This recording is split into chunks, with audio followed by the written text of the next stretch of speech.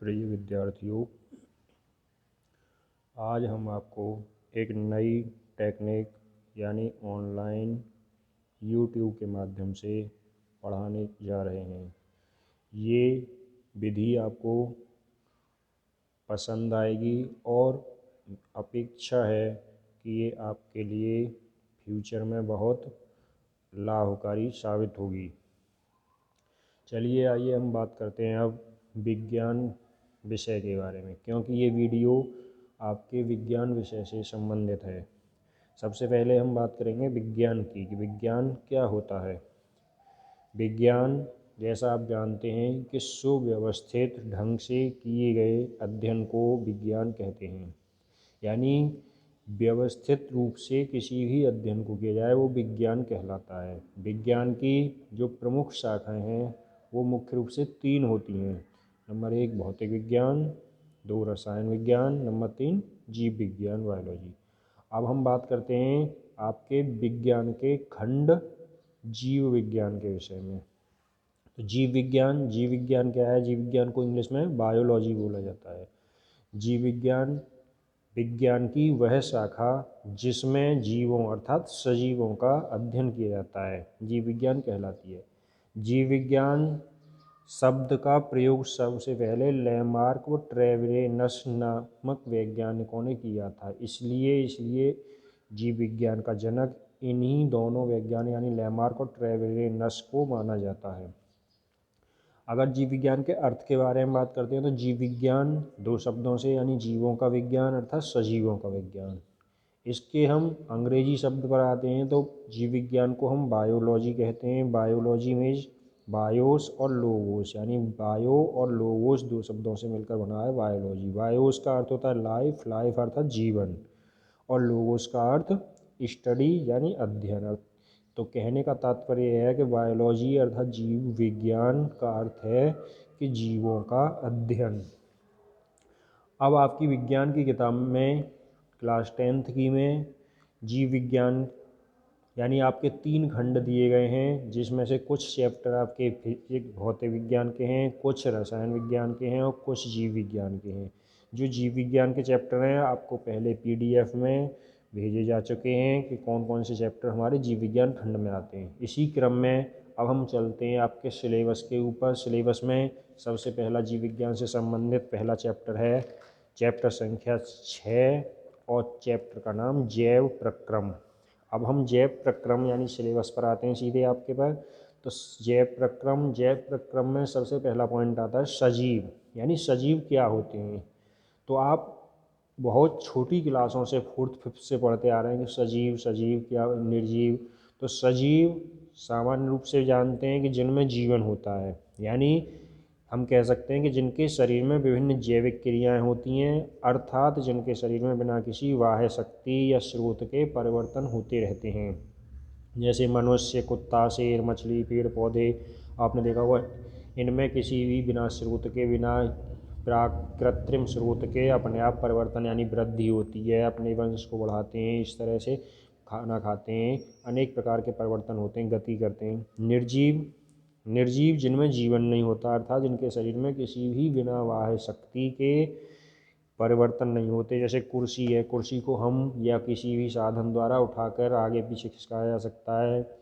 कोई वाहन है, मोटर कार है, उसको हम डीजल पेट्रोल या धक्का देकर आगे पीछे बढ़ा सकते हैं, लेकिन वो अपने आप कोई भी परिवर्तन नहीं कर सकते हैं। अब इसमें जैव प्रक्रम क्या है? जैव प्रक्रम सजीवों के शरीर में अनवरत चलती रहने वाली प्रक्रियाएं जैव प्रक्रम कहलाती हैं। यानी कि हम कह सकते हैं कि सजीवों के शरीर में उनकी शरीर की मरम्मत, रख रखाव, अनुरक्षण करने के लिए कुछ जैविक क्रियाएं होती हैं, और ये सभी जैविक क्रियाएं सम्मिलित रूप से जैव प्रक्रम कहलाती हैं।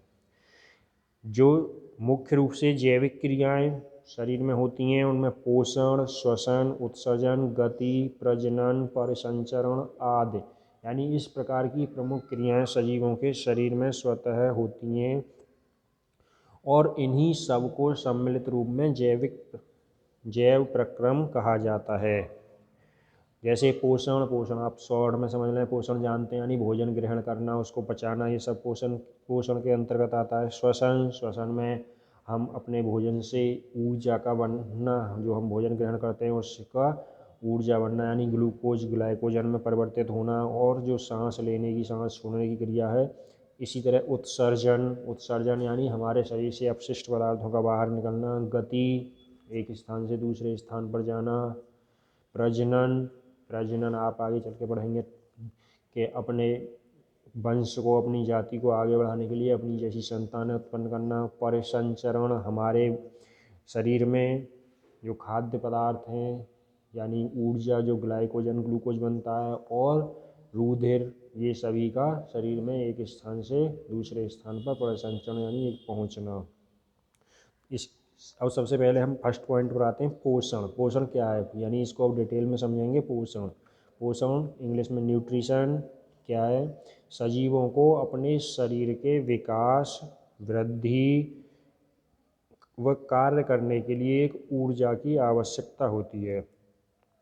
इस ऊर्जा का स्रोत सजीवों द्वारा ग्रहण किया जाने वाला भोजन होता है। यानी कोई भी सजीव हो, चाहे पेड़ पौधे हों, जीव जंतु हों, उनको वृद्धि के लिए, कार्य करने के लिए, बोलने के लिए, चलने के लिए, यानी सभी प्रकार के कार्यों के लिए एक ऊर्जा की आवश्यकता होती है। और ये ऊर्जा कहाँ से मिलती है? उनके द्वारा जो किए गए भोजन से। अब पोषण की परिभाषा यानी भोजन, भोजन का ग्रहण करना, उसका अवशोषण करना, अवशोषित हुए भोजन को शरीर के उपयोग में लाना ही पोषण कहलाता है। पोषण के प्रकार, पोषण दो मुख्य रूप से दो प्रकार का होता है, एक स्वपोषी पोषण और एक परपोषी पोषण। स्वपोषी पोषण ऑटोट्रॉफिक न्यूट्रिशन। तो स्वपोषी पोषण क्या होता है? जो स्वपोषी जीवों द्वारा किया जाता है पोषण, वही स्वपोषी पोषण कहलाता है। अब आप बात आती है स्वपोषी जीव कौन से होते हैं। स्वपोषी जीव वे जीव जो अपना भोजन स्वयं बनाते हैं, यानी अपने द्वारा ही भोजन बनाते हैं। अब आप कहेंगे कि भोजन तो सभी बनाते हैं, यानी मनुष्य भी अपना भोजन बनाता है, लेकिन ये मनुष्य का भोजन अपने आप बनाना, ये स्वयं भोजन बनाना नहीं है, यानी दूसरे पदार्थों से प्राप्त करना है, अर्थात दूसरे स्रोतों से भोजन प्राप्त करना है। तो इसलिए जो जीव अपना भोजन स्वयं बनाते हैं स्वपोषी जीव कहलाते हैं। जैसे सभी हरे पौधे, यानी जितने भी हरे पौधे हैं वो सभी स्वपोषी पौधे जीव होते हैं। इसके अतिरिक्त नीले हरे शैवाल, कुछ जीवाणु, जीवाणु भी स्वपोषी होते हैं जो अपना भोजन अपने आप बनाते हैं। अर्थात स्वपोषी जीव अकार्बनिक स्रोतों से कार्बन डाइऑक्साइड और जल के रूप में सरल पदार्थ प्राप्त करते हैं। अब ये अपना भोजन बनाते किस रूप में, कैसे बनाते हैं? तो हरे पौधे कार्बन डाइऑक्साइड और जल को सूर्य के प्रकाश तथा क्लोरोफिल की उपस्थिति में, यानी हरे पौधे, क्योंकि हरे पौधे हैं उनमें आपने पढ़ा होगा क्लोरोफिल पाया जाता है, तो क्लोरोफिल की उपस्थिति में कार्बन डाइऑक्साइड और जल को ग्रहण करके सूर्य के प्रकाश की उपस्थिति में कार्बोहाइड्रेट में परिवर्तित कर देते हैं। कार्बोहाइड्रेट जो स्टार्च यानी मंड के रूप में संचित कर लिया जाता है, इकट्ठा कर लिया जाता है, और आवश्यकता अनुसार अपने शरीर में प्रयोग किया जाता रहता है। यानी ये कार्बोहाइड्रेट बनता है, और कार्बोहाइड्रेट बनने के बाद हमारे शरीर में इकट्ठा हो जाता है, एकत्रित हो जाता है, और इसको आवश्यकता अनुसार हमारा शरीर अपने प्रयोग में लाता रहता है। ये भोजन बनाने की, अर्थात कार्बोहाइड्रेट बनाने की प्रक्रिया प्रकाश संश्लेषण कहलाती है, जिसको एक समीकरण के रूप में समझें हम तो 6CO2 + 12H2O क्लोरोफिल व सूर्य के प्रकाश की उपस्थिति में C6H12O6 यानी ग्लूकोज, जिसे हम कार्बोहाइड्रेट भी कह सकते हैं, शर्करा भी इसी को बोलते हैं हम, प्लस 6O2 जो ऑक्सीजन बनती है, प्लस 6H2 अर्थात जल। अब ये प्रक्रिया प्रकाश संश्लेषण कहलाती है। प्रकाश संश्लेषण की क्रिया निम्न चरणों में यानी कई चरणों में संपन्न होती है, लेकिन ये आवश्यक नहीं है कि सारे चरण यानी सभी चरण जो आपको बताए जा रहे हैं वो क्रम से ही हों। ये कुछ पौधों में क्रम बदल भी जाता है। तो जो चरण हैं प्रमुख रूप से क्लोरोफिल द्वारा प्रकाश ऊर्जा को अवशोषित करना, यानी क्लोरोफिल अर्थात हरे पौधों के माध्यम से हरे पौधे क्लोरोफिल के द्वारा प्रकाश की ऊर्जा अर्थात सूर्य की ऊर्जा को अवशोषित करते हैं। और सेकंड पॉइंट इसके बाद, प्रकाश ऊर्जा को रासायनिक ऊर्जा में रूपांतरित करना तथा जल के अणुओं का H2 व O2 में अपघटन करना। थर्ड पॉइंट, CO2 का C6H12 यानी कार्बोहाइड्रेट में अपचयन करना। ओके।